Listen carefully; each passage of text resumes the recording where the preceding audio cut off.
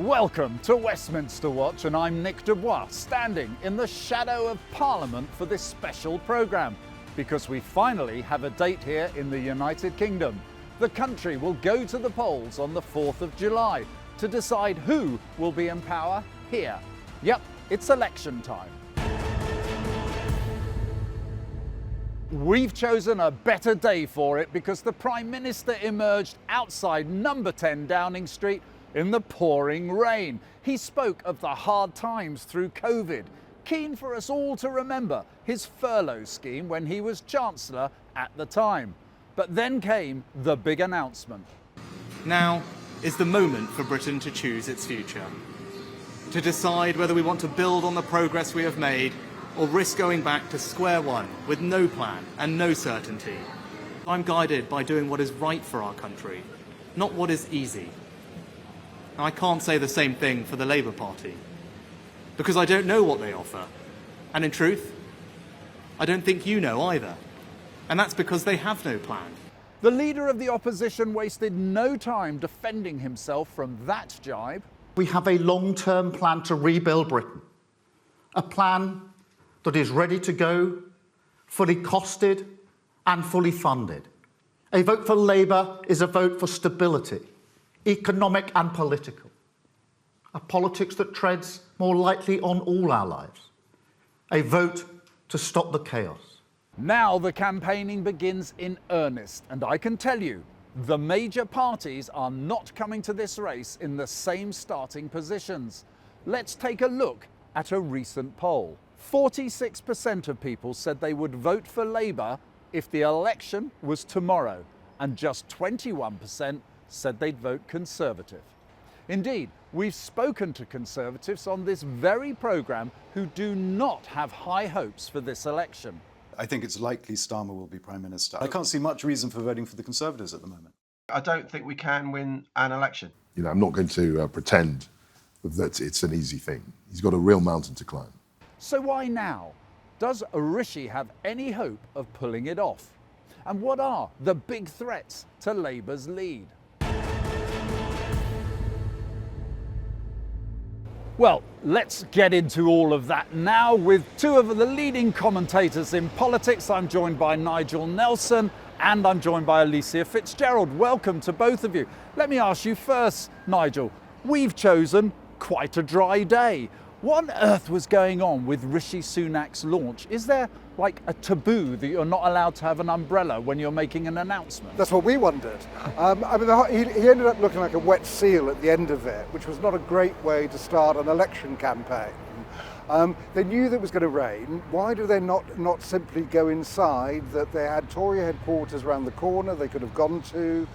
He couldn't have used a government building because that would be against the rules on the basis it would have the government crests on. But he could have got somewhere else. When Keir Starmer made his response, he had two Union Jacks up and he was in a dry room. It's all about looking like a Prime Minister, isn't it, and a leader. It didn't quite work, that, did it? No, it really didn't. I mean, the optics were just generally quite terrible Did for you Rishi cringe Sunak. when you saw it? That's a bit of a strong word. I more felt a bit sorry for him. He looked really quite weak. He was stood there, he was being absolutely pelted by the rain, water just running off his shoulders. And obviously because it was going into his face too, it just meant his facial expression wasn't super positive. It didn't look like a man who was ready to lead everyone into a general election. It's interesting though, because the Prime Minister has not really had a brilliant start to his campaign, has he, Nigel? And that image, do you think it'll last with us, or will that just move on to substance or lack of substance? Well, we've got 6 weeks of campaigning to go, so we'll see if he gets into it a bit better. No, he didn't really have a very good start to it. That he made a mistake in Wales by asking them if they were looking forward to the football. That's the Euros coming up. They were knocked out of the Euros, so that didn't go down terribly well. He's tried to do a trip round all the various nations of the United Kingdom to show he is the nation's Prime Minister. Okay so far. I think that the big test will come when the manifestos are published and when finally they start doing debates against each other, Rishi Sunak and Keir Starmer. Well, before we get to the debates, a question for you, Alicia. Why now? Why sudden? I mean, most of us were taken by surprise. So why now, do you think, with the election? everyone was taken by surprise, and we're even hearing that some of Rishi's top teams still had absolutely no idea right until the last minute that the election would be called. I think from the Conservative HQ point of view, it seems like that news on inflation going down was possibly the last bit of really good news that the Prime Minister could have had before January 2025, which was the last date that he could have called the election. So I think it was very much just we've got this small bit of news, do we run with it, do we take that gamble? And also an element of wanting to catch the Labour Party out and catch them by surprise. Keir Starmer always said he was ready for a May election.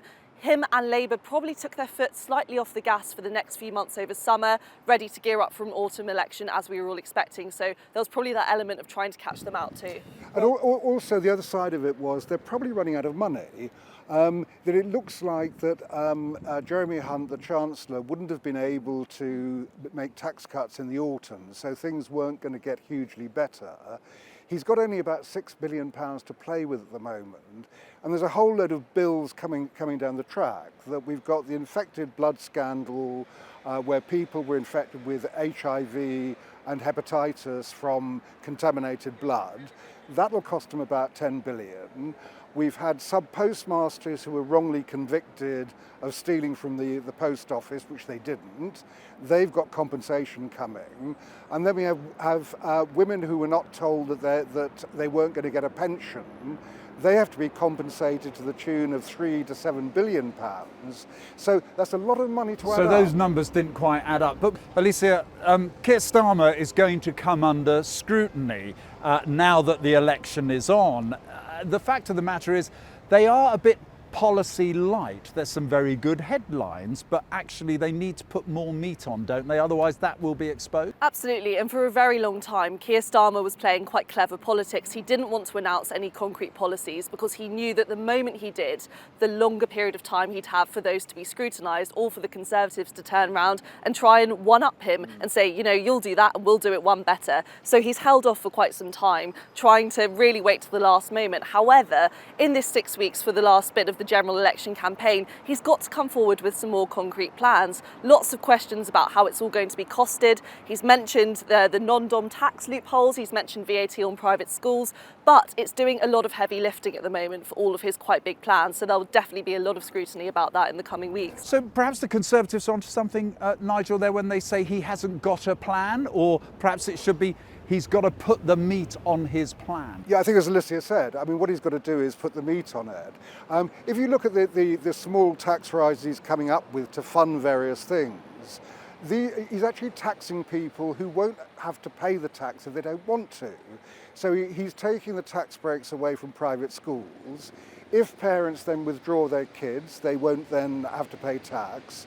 He's extending the tax on the non-doms. If they all go abroad, they won't have to live here either. So a lot of this is actually taken on trust. That's the bit he's got to convince people that he's got those policies firmly in place. Otherwise, he could be in trouble. And is that the potential bear trap? So, for example, he goes on, he's asked about workers' rights, an ambitious programme of his deputy leader, but actually it's been a bit watered down to we'll consult on everything. Is that a good place to be in going into an election? Well, absolutely. I think this point on trust is a really important one, and it's very easy for the Conservatives right now to say, Keir Starmer, when you became Labour leader, you came forward with all of these promises and you have pretty much backtracked on all of them in your time as Labour Party leader. So it's very easy to say, how on earth can the public trust you when you've come forward with a new set of 6 pledges that he announced a couple of weeks ago? How do we know that you're going to stick to them and not just water them down? He's always accused of flip-flopping. That's the term that they always use in the House of Commons whenever he U-turns on a big major policy. So he's got to convince the electorate that this is different and that this time, when he promises that something will get done, it actually will. And how does that play? If policy is one issue, but if it is about trust, it's also very much about the personality, in this case, of the two main leaders. Is this going to be a contest of personality or policy, do you think? Well, I don't think personality. We've got 2 leaders at the moment who are more like bank managers than entertainers. So Keir Starmer isn't Tony Blair, and Rishi Sunak isn't David Cameron. They haven't got that kind of flamboyance, they haven't got those campaigning skills that those previous prime ministers had. So I think it's going to be very much a question of saying to the British public, who do you actually want to run the country for the next 5 years? And perhaps it's not a bad thing to have a bank manager actually doing it. Well, is bank manager good? Is boring good? After all the excitement years, the flash, if you like, of David Cameron and then the wildness of Boris Johnson, maybe the British public want boring. I think boring's good if you're boring and efficient. The question is, if you're boring and inefficient, then what really is there to vote for? People either want someone who's a really strong leader, who's charismatic, who has that statesman quality. I think that's why Boris Johnson actually was so popular. It's because of his charisma. It's because he managed to bond with parts of the electorate that he personally wasn't that similar to, but people still felt some kind of bond with him. And I think that's something that Rishi Sunak and Keir Starmer have really struggled with. Rishi Sunak always told he's out of touch, that he doesn't understand the electorate because he's so rich, and Keir Starmer just accused of being quite dull as a person. So I think going down the dull but efficient route is fine, but you have to make sure you're efficient. And Rishi Sunak wants to try and put them both under the spotlight of television debates. Now,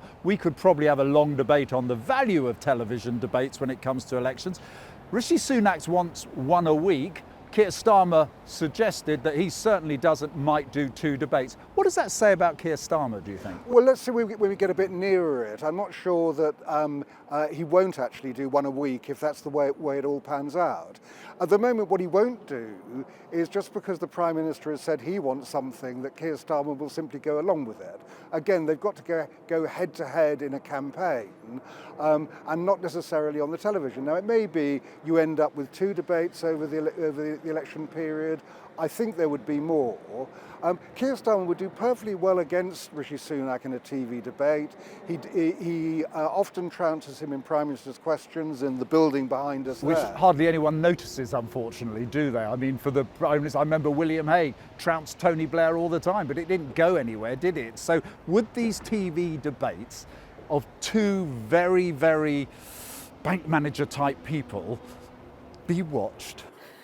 I mean, I think the trouble at the moment is there's a general feeling of apathy towards politics in the UK as a whole. So I think even if we maybe had 2 of the most exciting, entertaining candidates, I think that people feel a bit checked out. And I don't think that these 2 are the most inspiring people who will really infuse the electorate into wanting to watch these debates. However, we've got to remember there are so many people who still don't know how they're going to vote. We have an election less than 6 weeks away now, and so many people just in the public still don't know who they're going to vote for, and that I think will be a really big test. We've got to see if they can win over that area of the public. You lead me to my last question. I'm going to put you on the spot. Many people think campaigns don't even change elections.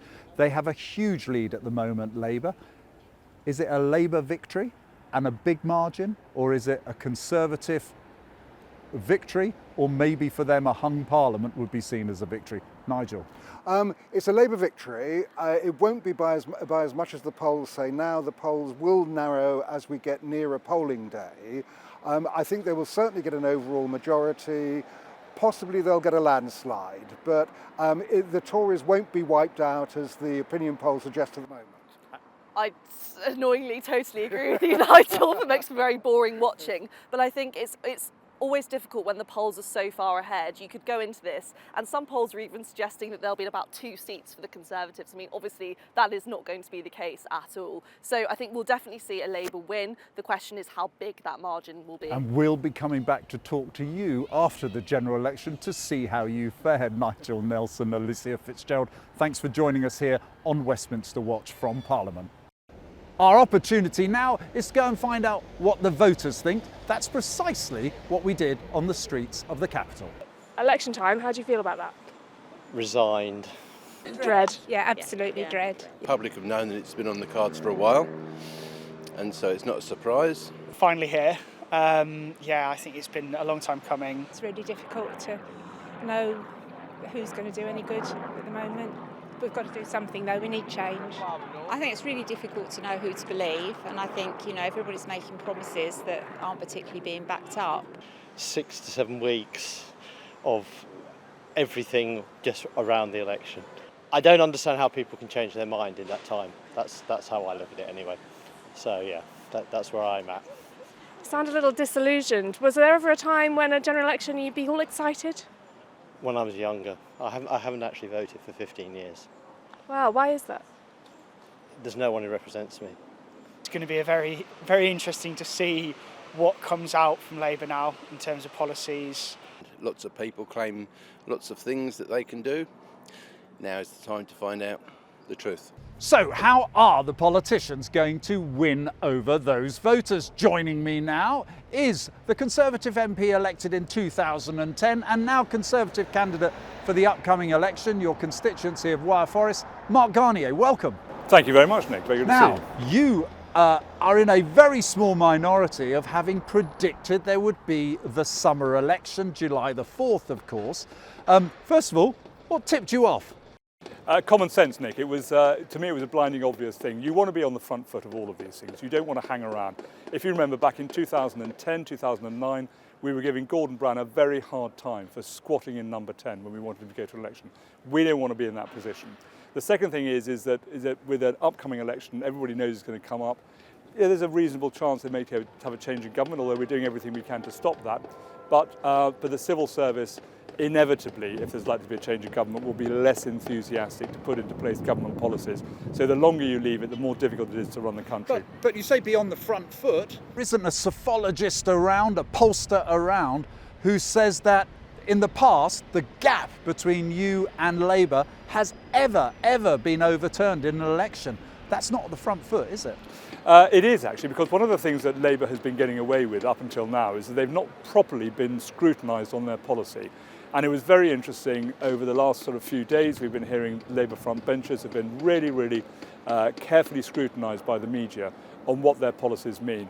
And actually it was very interesting. I was recently listening to Keir Starmer talking about the fact that they want to spend more money than there is available. Paul Johnson of the IFS has been coming around saying you've got to hike taxes, you've got to cut public expenditure, or you're going to have to borrow more. And Keir Starmer came back, and it reminded me so much of Liz Truss's micro-government, if you remember. It reminded me of that time when Liz Truss was saying, we'll make tax cuts and we'll pay for them out of economic growth.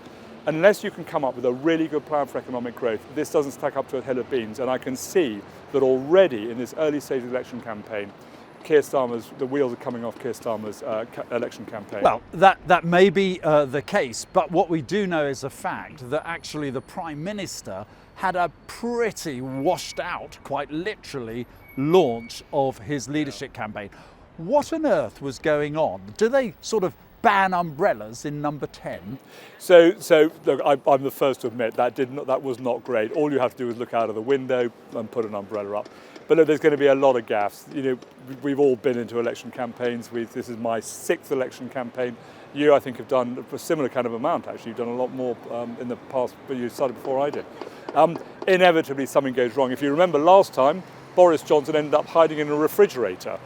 He still managed to get the biggest majority the Conservatives had in a generation. It's interesting you say that, though. I think everyone would agree, and probably the Prime Minister himself, that his launch, the announcement of the election, was a bit of a washout disaster in many ways. But since then, gaffes have consistently reappeared. Going to Wales and wishing them luck in the Euros.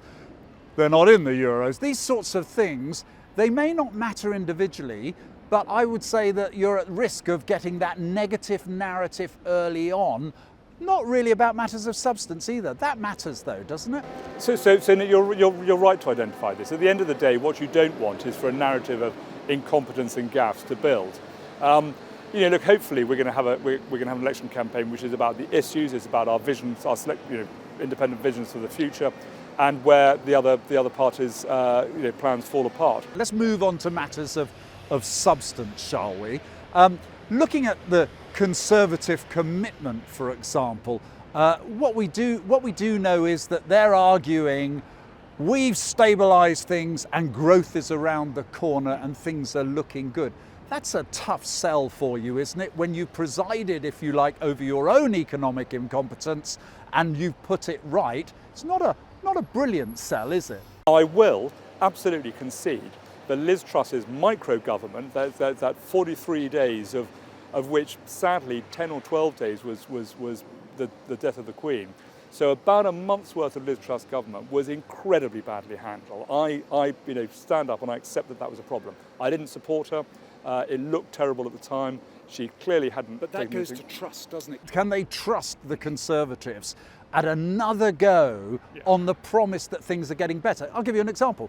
You have introduced stealth taxation, the point that you freeze tax thresholds, something that Conservatives heavily criticised the last Labour government for doing it, and we just know it's an ambition for you to end it.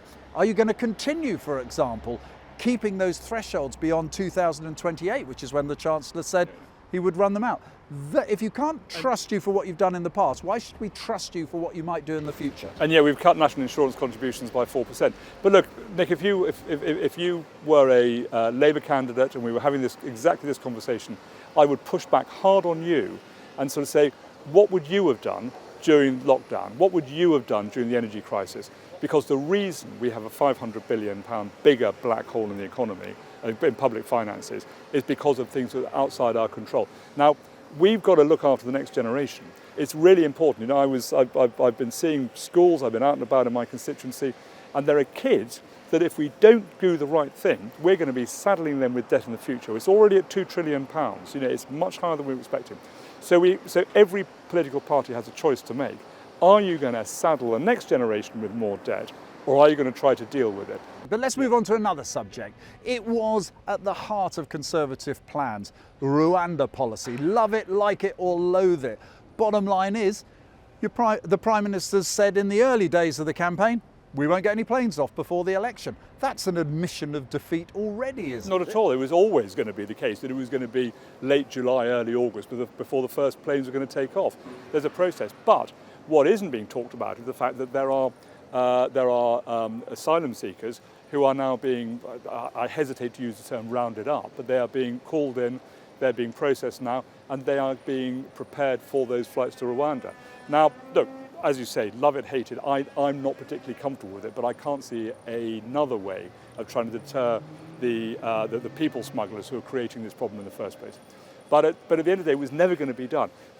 We could have waited until the first plane took off, but actually the right thing to do is to get ahead rather than behind and be squatting in number 10 Downing Street. Right, let me ask you this. We've dug into some of the substance of the policies. People are saying we've got two bank managers fighting to be leader of the country. Is that a good thing or a bad thing? Well, I prefer our bank manager to their bank manager, if that's the thing. But look, I accept that criticism. I am a massive fan of Rishi Sunak. I think he's an incredibly clever and talented bloke. Is he a leader with a vision, though? So we're at the early stage of the campaign, Nick. We're going to have to see what that vision is. And I completely accept. You know, when I'm campaigning in my constituency, I'm talking about my track record in terms of bringing investment into the town, bringing more jobs, bringing greater skills. But we all know that electors vote for you for promises yet to be delivered. They vote for hope, but what does it say about a man that we've yet to see the vision, as you've said, but he's been Prime Minister for 2 years? That's a bit of a disconnect, isn't it? It is, and I have to accept that. I'm not going to try and argue the point. But we're in the early stage of this campaign. We're going to be having the manifestos going to be put out. I don't want to stand in an election campaign where we turn around and effectively say, I know we're not very good, but they're worse. That's not a good campaign. People need to, we need to win on the strength of our own arguments about why we're the best. Now, you've actually said you've got to set out, if you like, what the promises are to the people. How conversant are you with Rishi Sunak's long-standing 5 pledges, and can you list them for me? Nick, I'm a Conservative Member of Parliament. Of course I can list them for you. They are stop the boats, cut waiting lists, grow the economy, cut debt, reduce inflation. There you go. But I will concede that any government should be doing that. So this is a list of things that every government should be doing the whole time. And it's the vision that I'm looking for. But as I say, I have every confidence we're going to get a good vision from Rishi Sunak. I accept you won't want to concede the election, of course, but it must have crossed your mind. How do you feel about the possibility of being a Member of Parliament in opposition? So, Nick, as you know, there is no second place in politics. So in my heart, I'm fighting to win this election. I know the Conservative Party are. But you raise a really, really important point. If I'm in opposition, it means we've lost the election. I think there are 2 things which are really important. One is that we need people like me who've got a bit of experience. There's quite a few of us who are still standing and coming back. We need to hold the new government to account. We need to know what we're doing. We need to know how to hold them to account. And we need to make sure we're fighting for our constituents. But there is another thing. If we go into opposition, it means that we've had a defeat. We will need to rebuild the party. I'm 61. By the time we have a chance to come back into government, I'll be 65. But I see it very much as my responsibility, along with my other colleagues, to rebuild the party, get it onto a sound footing, to make sure that when the next generation of future leaders come through, the next generation of Conservative ministers, it's in a good shape to be able to form a very, very good centre-right government that the country will want to vote for, and that's really important. Mark Garnier, Conservative candidate at the upcoming July 4th election for Wyre Forest. Thanks very much for joining me here on Westminster Watch. Thanks again to my guests for joining me on this special edition of Westminster Watch, and don't forget to subscribe to the TRT World YouTube channel for more lively debate and conversation. But for now, from me and all the team here in Westminster, goodbye and thank you for watching.